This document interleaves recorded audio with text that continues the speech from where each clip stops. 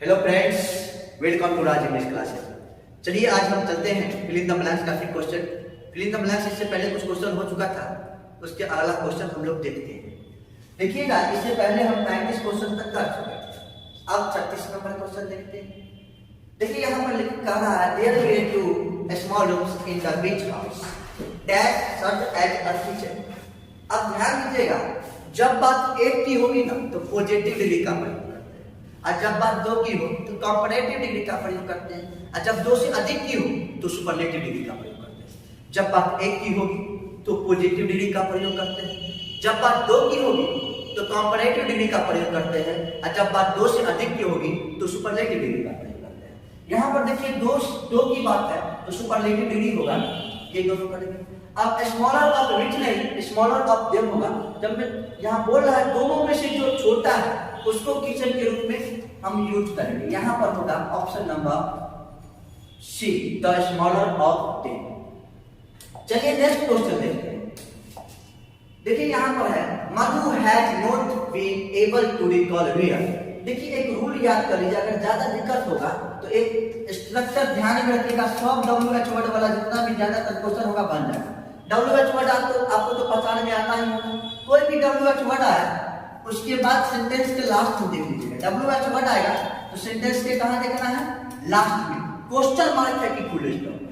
WH word आएगा तो sentence के लास्ट में देखना है क्वेश्चन मार्क है कि फुल स्टॉप है। यदि क्वेश्चन मार्क रहा तो WH वर्ड के तुरंत बाद हेल्पिंग वर्ब और उसके बाद सब्जेक्ट, और फुल स्टॉप रहा तो WH वर्ड के तुरंत बाद सब्जेक्ट होगा, उसके बाद WH वर्ड आएगा तो सेंटेंस के लास्ट में देखना है क्वेश्चन मार्क है कि फुल स्टॉप है। यदि क्वेश्चन मार्क रहा तो WH वर्ड के तुरंत बाद हेल्पिंग वर्ब, उसके बाद सब्जेक्ट, और फुल स्टॉप रहा तो WH वर्ड के तुरंत बाद सब्जेक्ट आएगा। अब ये वेयर है WH वर्ड तो लास्ट में तो फुल स्टॉप है, लास्ट में फुल स्टॉप है तो देखिएगा यहाँ पे डज नहीं होगा, पहले सब्जेक्ट चाहिए उसके बाद वर्ब चाहिए।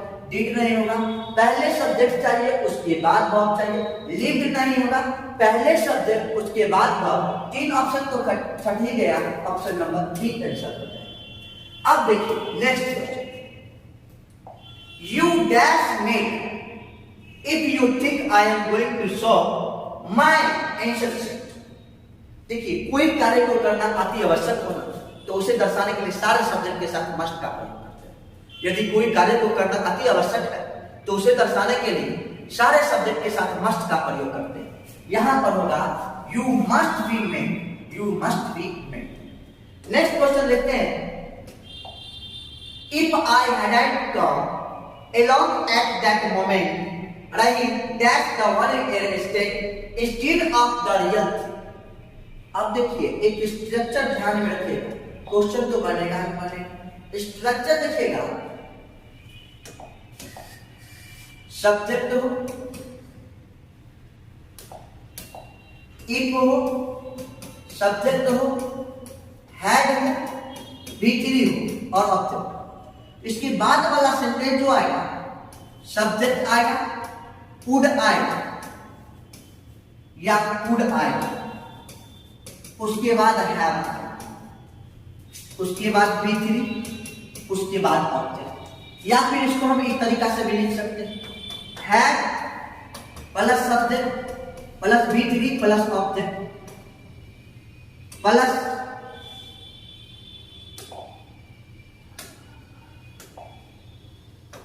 यहां पर सब्जेक्ट प्लस वुड है या फिर कुड है प्लस V3 और प्लस ऑब्जेक्ट। ये पार्ट बी हुआ और ये पार्ट ए हुआ। इस भाग को हम पहले भी लिख सकते हैं और इस भाग को बाद में लिख सकते हैं, कोई फर्क नहीं पड़ता, उलट पुलट कर सकते हैं। यदि if plus subject plus had plus V3, यदि if plus subject plus had plus V3 हो तो इसके बाद वाला सेंटेंस में वुड हैव या कुड हैव प्लस V3 अवश्य आएगा। If plus subject plus had plus V3 हो तो अगला वाला में सब्जेक्ट प्लस वुड या कुड हैव प्लस V3 अवश्य आएगा। या फिर had plus subject plus V3 plus object हो तो आगे वाला सेंटेंस में वुड हैव या कुड हैव प्लस V3 अवश्य आएगा। अब चले जाइए क्वेश्चन पे, नेक्स्ट क्वेश्चन पे। अब देखिएगा यहाँ if plus subject plus had plus बिक्री है तो वुड हैव या कुड हैव आएगा।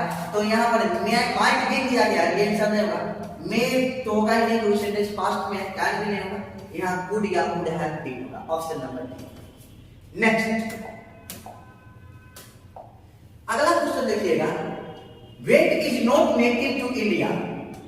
अब देखिए एंड वैरायटी कर रहा है, गेहूं जो है इंडिया का राष्ट्रीय नहीं है, सिंपल सी बात है, नेटिव टू इंडिया का है। एंड सबसे पहले आप जान लीजिए, एंड के पहले वाला सेंटेंस यदि निगेटिव सेंस वाला सेंटेंस होगा तो बाद वाला भी निगेटिव सेंस वाला सेंटेंस होगा, और पहले वाला पॉजिटिव सेंस वाला सेंटेंस होगा तो बाद वाला भी पॉजिटिव सेंस वाला सेंटेंस होगा।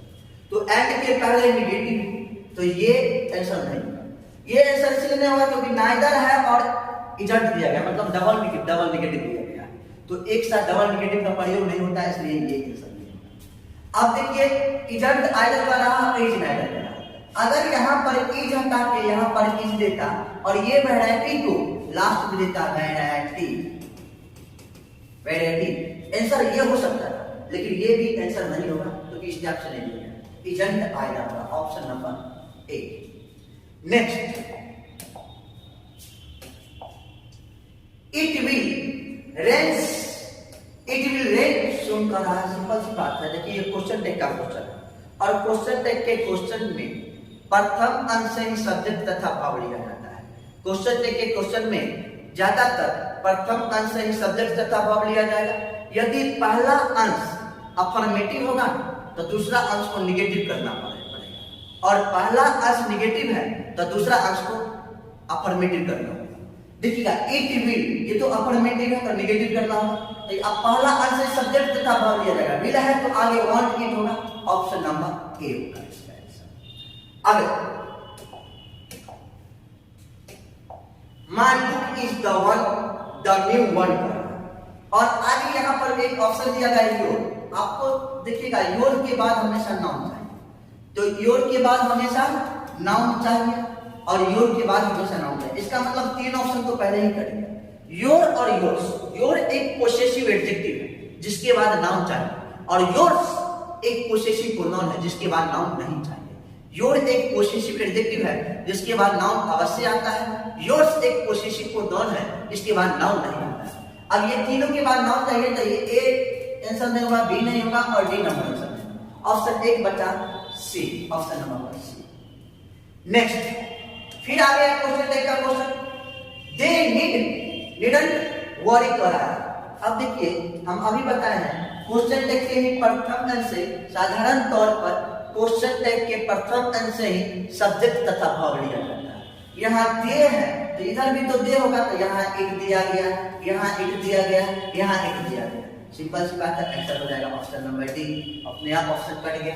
अब देखिएगा यहाँ दे डिडंट वरी है तो नीड दे हो जाए। एक वर्ड होता है he is indifferent iliac, iliac के साथ हमेशा टू का प्रयोग होता है, एलाइक के साथ हमेशा टू का प्रयोग होता है, इसलिए ऑप्शन नंबर होगा बी। और एक वर्ड है द किंग जॉर्ज वर्सेस, यहाँ पर देखिएगा एक्सेस कर रहा है, एक्सेशन और एक्सेस दो वर्ड, एक्सेस के साथ भी टू का प्रयोग होता है तो एक्सेशन के साथ भी टू का ही प्रयोग होगा, एक्सेस के साथ भी टू का प्रयोग होता है तो एक्सेशन के साथ भी टू का ही प्रयोग होगा, ऑप्शन नंबर होगा डी। नेक्स्ट क्वेश्चन देखिएगा, देखिए इंडिग्नेंट, इंडिग्नेंट के साथ इसका सिनोनिम्स है एंग्री, ANGR। जो वर्ड जो मीनिंग इंडिग्नेंट का निकलेगा वही मीनिंग एंग्री का निकलेगा, मतलब नाराज, क्रोध होना। तो देखिए इसके साथ एट का भी प्रयोग होता है और विद का भी। इंडिग्नेंट या एंग्री के साथ एट का प्रयोग, विद का भी। जब कोई व्यक्ति किसी व्यक्ति से नाराज होता है तो इंडिग्नेंट या एंग्री के साथ एट, विद का प्रयोग करते हैं। जब कोई व्यक्ति किसी व्यक्ति से नाराज हो तो एंग्री या इंडिग्नेंट के साथ विद का प्रयोग करते हैं, और जब कोई व्यक्ति किसी के व्यवहार या आचरण से नाराज हो तो एंग्री या इंडिग्नेंट के साथ एट का प्रयोग करते हैं। यहाँ पर देखिए व्यक्ति है नहीं, व्यवहार है, तो यहाँ पर एट का प्रयोग होगा, एट का प्रयोग होगा। देखिएगा ऑप्शन में क्या दिया गया, एट दिया गया, आंसर हो जाएगा एट। नेक्स्ट क्वेश्चन देखिए, if she dash award would, would past तो ध्यान रखिएगा पास्ट है तो प्रेजेंट वाला आंसर नहीं, और यहाँ पर इफ शी वाज होगा या इफ शी वर होगा। अब जानिए इफ के साथ सब्जेक्ट चाहे कुछ भी हो, भाव हमेशा वर लगता है, वाज नहीं। इफ के साथ सब्जेक्ट चाहे कुछ भी हो, भाव हमेशा वर लगता है, वाज नहीं। क्योंकि कोई वर्तमान में ऐसी कल्पना कर रहा है जो वर्तमान में पूरा नहीं हो पाएगा, जो वर्तमान में पूरा नहीं हो पाएगा।